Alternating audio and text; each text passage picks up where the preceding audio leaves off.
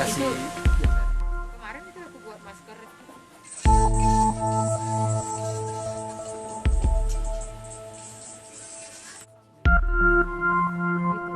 Atas gubernur dulu baru standar.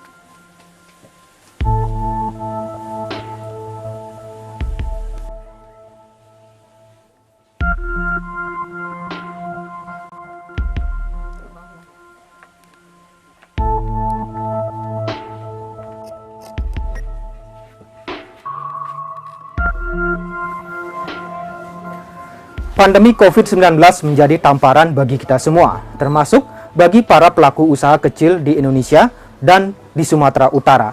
Kali ini saya berada di Pasar Tradisional Horas Jaya di Kota Pematang Siantar untuk menemui salah satu pelaku usaha kain tenun ulos yang tetap bertahan di tengah kesulitan akibat pandemi COVID-19. Siapa dan inovasi apa saja yang telah dilakukan? Inilah UMKM bangkit di tengah pandemi. Banpres, harapan usaha mikro.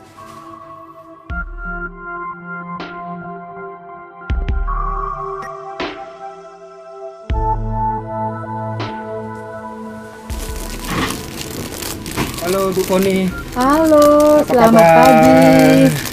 Lagi sibuk apa ini Bu? Baik, ini lagi kemas-kemas packing-packing barang mau dikirim ke Jakarta. Kebetulan ada yang pesan mau nikahkan anaknya. Jadi mereka mau tampil spesial dalam pesta anak ini. Jadi kita buat ini gitu loh. Oh, lengkap Bu, satu set gitu Bu ya? Iya, ini tandok. Oh, tandok. Nanti Ya. isi beras kan? Ya. Nanti dikasih ke pengantin sama orang tua pengantin. Jadi cuma di sini yang ada di Kian Ulos seperti ini. Iya. Nah, jadi mau Berarti kita nanti kirim. ini dikirim ke Jakarta? Iya. Berarti di musim Covid ini tetap Ibu dapat ini? Iya, karena ini udah mulai setelah beberapa bulan ini kita sudah mulai aktivitasnya udah mulai. Karena apa? Mulai Maret ya, pertengahan Maret sampai awal Juni kan kita masih di rumah stay at home. Betul, ya. Karena Covid ini Bu ya? Iya.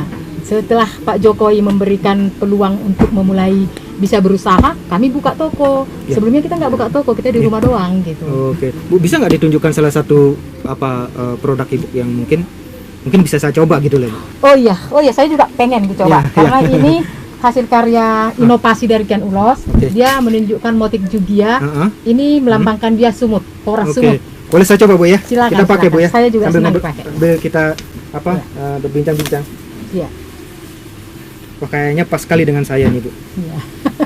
Kebetulan. Ini namanya rompi motif jugia. Judia Bu ya? Jugia. Judia. Jugia. Iya. Oke. Cantik Oh, menarik kan? sekali Bu ya? Iya. Maskernya juga ada beberapa macam. Ya. Ini dari motif ulos kita buat ya. Ya. Kita mau ngangkat produk lokal ini Ya. agar dunia luar tahu, juga semua orang tahu bahwa produk lokal ini bisa dipakai ke semua karena benangnya sudah kita ganti, bisa dicuci siap pakai. Oh, berarti Bu di musim Covid ini juga memproduksi Selama kita di rumah, kita buat masker. Banyak peminatnya, banyak pesanan. Nah, itu berarti aja. ini sudah sesuai dengan standar? Sudah, itu kan standar. sudah dari pusat sudah dibilang boleh pakai masker dari bahan motif batik, ulos gitu boleh, tapi yang bisa dicuci dan memenuhi standarnya harus dia 2 lapis, bisa dimasukkan tisu gitu. Iya, betul.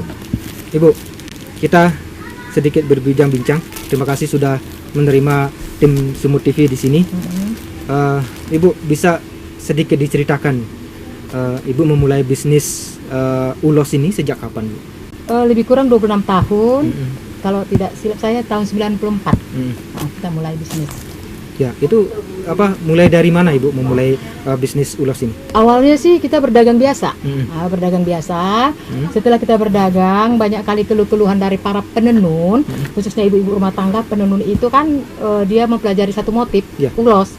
Nah, jadi dia kan kalau udah satu motif, tentu dia sudah tahu kemampuannya dalam 1 minggu itu berapa potong dengan motif tertentu. Nah, dia setelah hari Sabtu dia telah mengumpul hasil tenunnya, dia store ke kita. Tapi setelah dia setor dan kita melihat situasi pasar, dia sering mengeluh, bahkan menangis.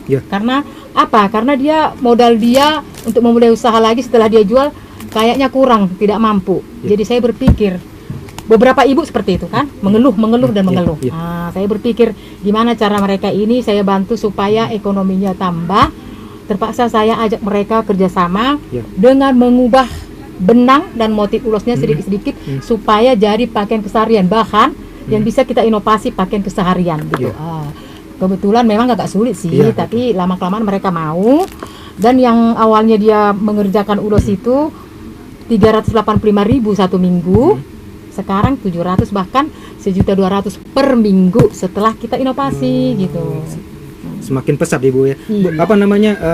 Selain Ibu kan juga memiliki usaha tenun ulos. Iya. Produk apa aja yang Ibu miliki dan buat selama berkecimpung di UKM ini?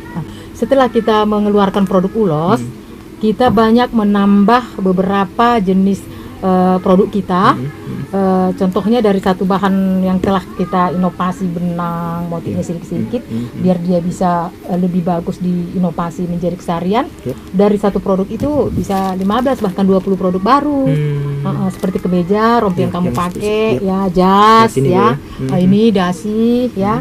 Ini tanduk kecil, masker, banyak tas-tas, banyak lah. Jadi kita membutuhkan tenaga kerja yang baru. Itu namanya pelebaran lapangan kerja dari produk lokal, produk Indonesia yang sekarang kita buat lebih istimewa dari biasanya. Kenapa Ibu memilih ulos, Bu? Sedangkan kan masih banyak istilahnya produk-produk lain yang bisa Ibu garap untuk menjadi usaha Ibu. Kenapa ulos? Kenapa saya angkat ulos? Kita tinggal di Kota Pematang Siantar, Sumatera Utara. Khususnya di Kota Siantar ini 50% home industri ibu rumah tangga. Tapi mereka kurang perhatian, kurang mengasih pelatihan. Jadi tidak ada yang peduli gimana mengembangkan, menambah pendapatan mereka, tidak ada. Mereka hanya mengeluh kepada kami pedagang, mengeluh kepada kami, tidak tahu kemana. Jadi cara saya menolong mereka untuk mengangkat ulos ini seperti itu, menambah ekonomi mereka. Kalau bisa lagi Siantar atau Sumatera Utara jadi ikon ulos, ya kan, untuk mengembangkannya, memperkenalkannya ke semua ke luar Indonesia, dalam Indonesia, bahwa ulos itu telah bisa dipakai siapa saja, untuk kantor, untuk ibadah, untuk pesta, semua bisa. Kita inovasi sesuai dengan motif, sesuai dengan usia yang pakai. Ibu, apa namanya? Ini kan tidak hanya di Kota Siantar dan Sumatera Utara. Ya. Bisa diceritakan sedikit nggak produk-produk UKM Ibu yang buat ini, kerajinan dari berbahan dasar ulos seperti itu, sudah Ibu kenalkan di mana saja? Oh, kalau produk kita ini sudah dipasarkan, sudah sampai ke luar negeri, ya. Kalau pemakai perorangan itu udah ke Madagaskar, yang sering-sering pesan itu ke Singapura. Baru lagi kemarin kita kirim ke Singapura, lalu melalui JNE dia kita kirim itu bentuk sortali, kan dipakai acara-acara khusus di sana kan dipakai. Ya. Itu kita kirim keluar. Kalau ke Papua Kalimantan ya udah hampir sekali seminggu sesuai dengan di medsos kita terus mendapat orderan. Kalau sudah sejak buka ini pesta, dikasih acara pesta sedikit, kita sudah mendapat peluang untuk bekerja. Mungkin apa yang paling berkesan bagi Ibu selama menjadi pelaku UKM ini, khususnya ke kain ulos tradisional ini, yang mungkin berkesan bagi Ibu pengalaman? Bagi saya yang sangat berkesan sekali, ya saya merasa bangga, merasa senang sekali, merasa bersyukur sekali kepada Tuhan karena saya bisa memberi kesempatan melanjutkan hidup para pekerja saya, karyawan saya yang dulunya mereka pengangguran, mereka bisa memenuhi nafkah keluarganya melalui menjahit, bertenun, ya. Karena pengembangan tadi dari produk lokal itu kita angkat jadi keseharian, jadi menjadi kesempatan mereka untuk memberi nafkah keluarganya. Saya bangga. Dan juga produk kita boleh dipakai artis-artis, ya kan. Beberapa artis sudah make, ya kan. Pejabat-pejabat sudah make, itu hasil karya kita. Itu suatu kebanggaan bagi kita mengangkat produk lokal, menunjukkan ke luar negeri bahwa mesin kita ini bisa dipakai semua, kebanggaan Sumatera Utara gitu. Bu, bisa diulang nggak? Mungkin saya juga ingin tahu gitu, Bu, apa namanya, selain kain tenun ulos tradisional seperti itu, bisa nggak disebutkan satu persatu mungkin produk yang ada di toko Ibu, dari mulai mungkin kayak rompi yang saya buat ini, jas dan lainnya, itu apa gitu? Awalnya kan ulos. Setelah dia ulos, kita buat dia baju, kita buat dia rompi, kita buat dia jas. Satu jas modelnya berapa macam coba? Ya, ada jas limpit, ada blazer, ada jaket, kan banyak macamnya kan.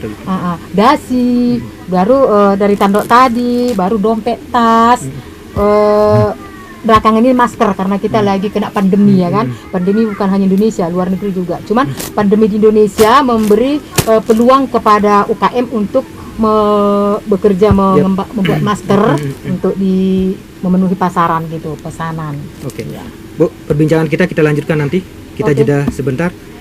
Pemirsa, bukan tanpa hambatan, coronavirus yang merebak di tanah air juga berdampak keras terhadap penjualan dan produksi para pelaku UKM, tak terkecuali dengan Ibu Foni. Lalu bagaimana beliau mensiasati? Voice of Sumut segera kembali untuk Anda.